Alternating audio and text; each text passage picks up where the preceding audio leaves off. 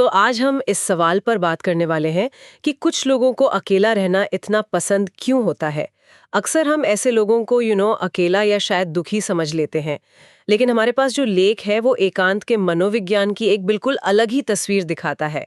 तो चलिए इस धारणा को थोड़ा तोड़ते हैं।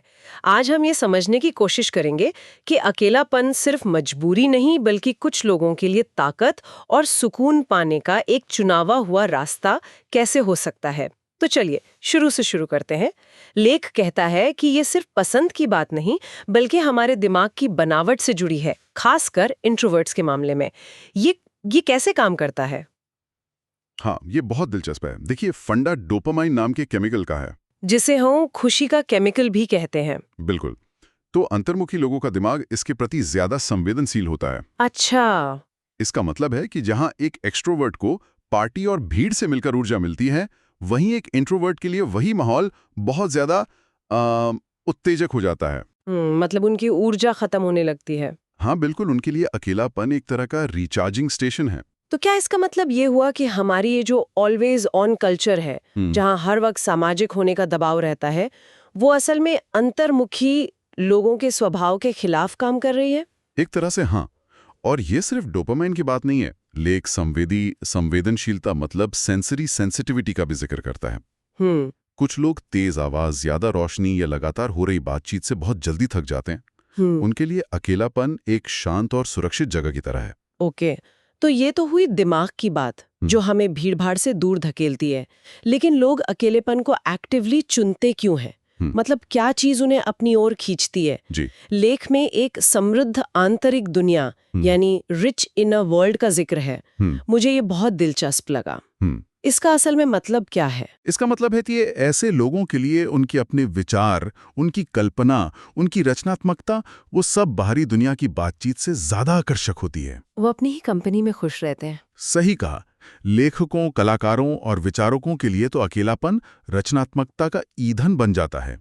ये वो वक्त है जब उनके सबसे बेहतरीन विचार सामने आते हैं। यानी ये अराजकता पे शांति को चुनना है, और शायद इसीलिए वे सामाजिक नाटक और जो सतही बातचीत होती है उससे दूर रहते हैं। बिल्कुल। लेख में ये भी कहा गया है कि वे दोस्ती में मात्रा के बजाय गुणवत्ता को ज्यादा महत्व देते हैं। हाँ, कुछ गहरे रिश्ते हजारों जान पहचान वालों से बेहतर हैं, और हम सब जानते हैं कि वो सतही बातचीत कितनी थका देने वाली हो सकती है। ये सब सुनने में बहुत सकारात्मक लगता है, पर क्या एकांत हमेशा एक मजबूत चुनाव ही होता है?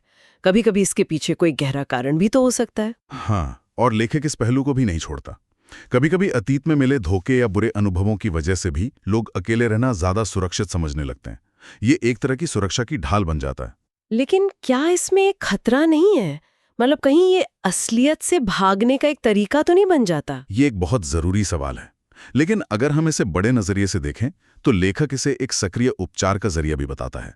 वो इसे मानसिक डिटॉक्स कहता है। मानसिक डिटॉक्स? हाँ, जैसे हम शरीर को साफ करने के लिए कभी कभी उपवास करते हैं, वैसे ही ये मन के लिए एक सामाजिक उपवास है। भावनाओं को समझने, तनाव कम करने और खुद को रीसेट करने का एक तरीका। बिल्कुल। तो ये सिर्फ बचना नहीं बल्कि खुद को समझना भी है। और ये उच्च आत्म जागरूकता, हाई सेल्फ अवेयरनेस से भी जुड़ता है। सही कहा। जो लोग खुद को गहराई से जानते हैं, उन्हें बाहरी दुनिया से लगातार वैलिडेशन की जरूरत नहीं पड़ती। उनके लिए आत्मनिर्भरता और दूसरों की उम्मीदों के बोझ से आजादी ज्यादा मायने रखती है। तो इस सब का निचोड़ क्या निकला? ऐसा लगता है कि एकांत चुनना दुनिया को अस्वीकार करना नहीं है, बल्कि यह अपने आप को रिचार्ज करने, सोचने और शांत रहने का एक जरूरी तरीका है। बिल्कुल। जैसा कि लेख में साफ कहा गया है, एकांत किसी को टूटा हुआ नहीं बनाता, बल्कि यह उन्हें मजबूत, आत्मजागरूक और ज्यादा रचनात्मक बना सकता है। ये उन्हें ऊर्जा, नियंत्रण, आराम और सबसे बढ़कर आजादी देता है। तो यहाँ सोचने के लिए एक बात है। इस भाग दौड़ भरी, हमेशा कनेक्टेड रहने वाली दुनिया में, जहाँ अकेले रहने को अक्सर एक कमी की तरह देखा जाता है, क्या हम जानबूझकर सच्चे एकांत के फायदों को नजरअंदाज कर रहे हैं? शायद थोड़ी देर के लिए लॉग ऑफ करना ही असली कनेक्शन की शुरुआत हो।